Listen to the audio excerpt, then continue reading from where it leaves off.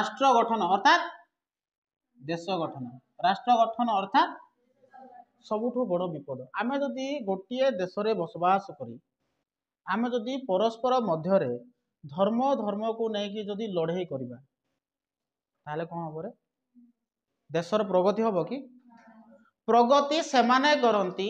जो मानक भितर स्नेह थाए भातृभाव थाए भाई भाईचारा थाए हाँ कि नहीं से माने ही सही देश ही कौन करे प्रगति करिवो बुझला कि नहीं विशृंखला होउची राष्ट्र गठन पई सबुठु बड़ विपद आउ सेही विशृंखला मध्य रे आमे कहबा सांप्रदायिकतावाद होउची गोटे बुझला कि नहीं तेणु सांप्रदायिकतावाद कौन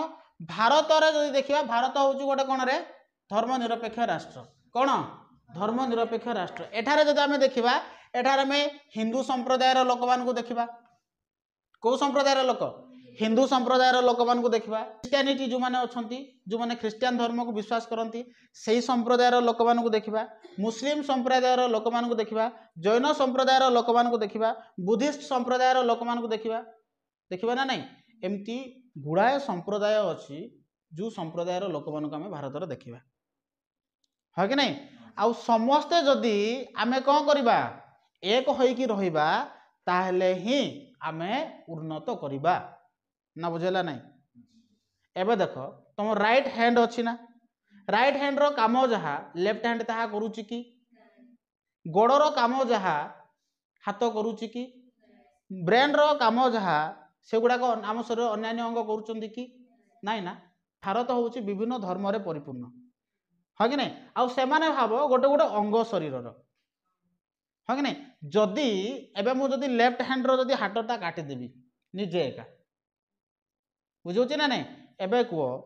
क्षति कहार हम निजर तो हम ना है कि नहीं लेफ्ट हैंड रे जो काम करी कि मु चलुथली से काम करि परिबी कि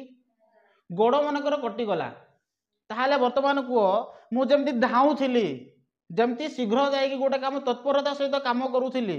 आ मु बहुत आगक बढ़ुथली सेमती बढ़ी पारिबी कि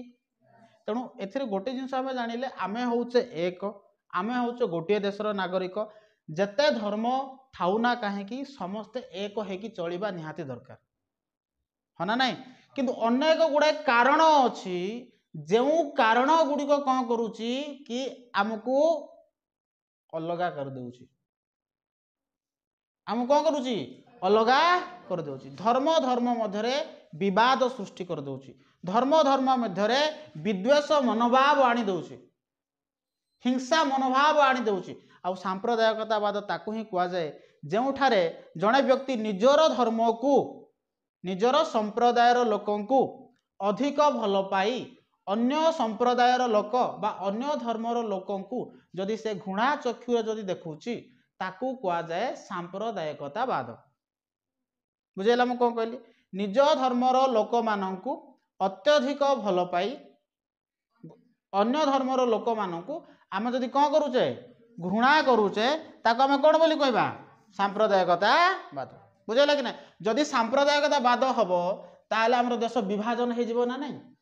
कहीं तुम देखिथिबो कि केरल जदि जीव नहीं कि केरल रे ख्रीष्टियानिटी संप्रदायर लोक माने अधिक अछंती जम्मू एंड काश्मीर को जदि जीव सेठाले मुसलमान संप्रदायर लोक माने अधिक अछंती पंजाब को जदि जीव सिख धर्मर लोक माने अधिक अछंती सेठारे अछंती ना नहीं तेणु आमे जदि एमिति जदि विवाद करुथुवा धर्म धर्म मध्य रे ताहले को देश गठन हेबा परिवर्ते देश भांगी जीव ना नहीं है ना नहीं तेणु यह हूँ आम सबुठु कौन बड़ समस्या बुझेला कि नहीं देख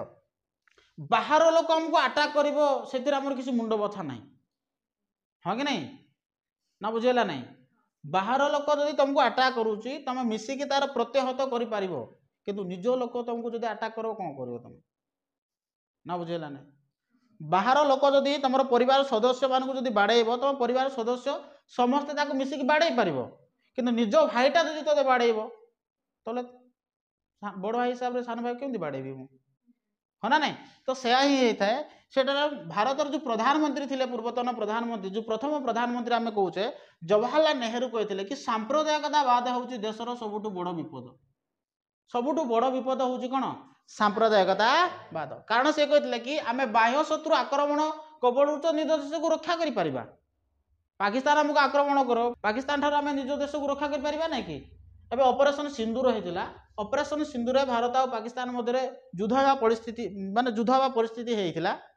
आउ सेतिरे पाकिस्तान माने जते गुडा मिसाइल छाड़तिला आम देश पड़ी नथिला ता माने आमे कैपेबल कि आमे आम देश को सुरक्षा दे परिबा आम भितर जदि हिंसा करबा तो के कोन करिवो तो हां कि नहीं तेणु बाह्यशत्रु कबल तो आम निज देश को रक्षा कर परिबा किंतु निज भितर जो विद्वेष मनोभाव जो हिंसा हम ताको आम केमिति रखिबा बोली कहिथिले के कहिथिले से कहिथिले कि सांप्रदायिकतावाद होची आम देशर सबुठू बड़ समस्या गरम होची फैन लगे बसे ठीक है मन रख एटा देश देखुच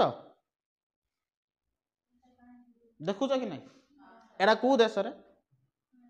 इज्राइल को देश इज्राइल इज्राइल एटा देखा जाय ना इज्राइल हाँ इज्राइल इस्राएल जा कह स्वाधीन केबे होइतिला देख 1948 मसीहा केबे कहली मां 1948 मसीहा देश स्वाधीन है ठीक अच्छे बर्तमान देख यार जदि आम चारि पाखर जदि देखा ना कि एठे अच्छी इजिप्ट अच्छी कौन अच्छी इजिप्ट अच्छी एठे अच्छी जोर्डान है एपटे अच्छी सीरिया कौन अच्छी सीरिया बुझेगा कि नहीं एभली जदि एटा हूँ साउदी अरब एम सब मुसलमान कंट्री ना बुझेगा ना यार जदि आम जब देखा ना कि ये हूँ इज्राएल यार चारि पाख जदि देख ना कि मुसलमान कंट्री द्वारा ये कौन होती घेरी होगी अच्छी बुझेगा कि नहीं आउ सदा बेले मुसलमान माने कौन करती इज्राएल को टार्गेट करती किंतु इज्राएल एते शक्तिशाली से यही जो देश गुड़ाक अच्छी यही समस्त देश को आट ए टाइम जब लड़ब ताले भी परास्त कर छोट देश किंतु बहुत पावरफुल बुझेगा कि नहीं तो मु एक कथा कहीं कहली जदि फाइट ही करार अच्छी फाइट करवा तो आम केबे भी प्रोग्रेस कर उन्नति कर उन्नति सेतेबेले ही संभव जेतेबेले शांति प्रतिष्ठा होइथिबो शांति थिबो से समय तुम उन्नति कर पारिबो बुझला कि नहीं घरे समस्या थिले तुम उन्नति करबा कथा केबे चिंता करूछ कि ना घरे समस्या जेतेबेले नथिबो किछि भी प्रॉब्लम जेतेबेले घरे नथिबो से समय भावुच कि मु या करी चाकरी पे प्रिपेयर हे या करी से करी हाँ ना नहीं तो से समय में आम उन्नति कर पारे कहबार तात्पर्य या कि कौनसी भी देश तेबेले ही प्रोग्रेस कर पारिबो जेतेबेले से कौन से देशर शांति विराजमान थी तेणु प्रगति को ताहले किए रखुचे सांप्रदायिकतावाद जेहेतु आम सांप्रदायिकता पढ़ुचे तेणु सांप्रदायिकतावादर अर्थ जब देखा यार अर्थ छोट नुहे जो शब्द मन रखि था सांप्रदाय कहले केवल गोटे धर्म को बुझा ना बुझेगा कि नहीं सांप्रदाय कहले केबे भी गोटे धर्म को आम बुझा ना सांप्रदाय कहले तुम निजर जाति को भी बुझीपार गोटे संप्रदाय बोले आम कहे जाति को भी बुझा धर्म को भी बुझा गोटे संप्रदाय गोटे भाषा को भी आम संप्रदाय बोली बुझी था गोटे सांस्कृतिक गोष्ठी को आम सांप्रदायिक बोली कही था बुझेगा कि नहीं तेणु भाषा को भी बुझी था आम सांप्रदाय गोष्ठी को भी बुझी था तुम जो धर्म को भी बुझी था जाति को भी से तो कहगला यार अर्थ हूँ व्यापक धर्म को लेकिन आम सांप्रदायिकतावाद बोली कहते हाँ कि नहीं एवं सी कहला कि जाति भी हूँ तुम संप्रदाय तुम भाषाभाषी लोक होती तुम संप्रदाय बुझे ना नहीं तुम वेशभूषा जदि गोटे प्रकार पिंधुच ताले भी कह तुम संप्रदाय वेशभूषा कथा कहूँ चालीचलन गोटे प्रकार लगुच से तुम संप्रदाय बुझे ना से अर्थ या व्यापक बोली कहगला किंतु कहबार तात्पर्य यह कि जदि आम निर्दिष्ट बा निजर संप्रदाय को अधिक भल पाई सांप्रदायिकतावाद जिते पढ़ुची से तुम यह लिखिपार निजर संप्रदाय अर्थात निजर धर्म को अधिक भल पाई अन्य धर्मर लोक मान घृणा करने को सांप्रदायिकतावाद कहुए बुझाला एठा देख जाति जाति धर्म धर्म भाषा भाषा संस्कृति संस्कृति मध्य सृष्टि होउथिबा विद्वेष बा वैराग्य मनोभाव को आम सांप्रदायिकतावाद बोली कही व्यापक अर्थ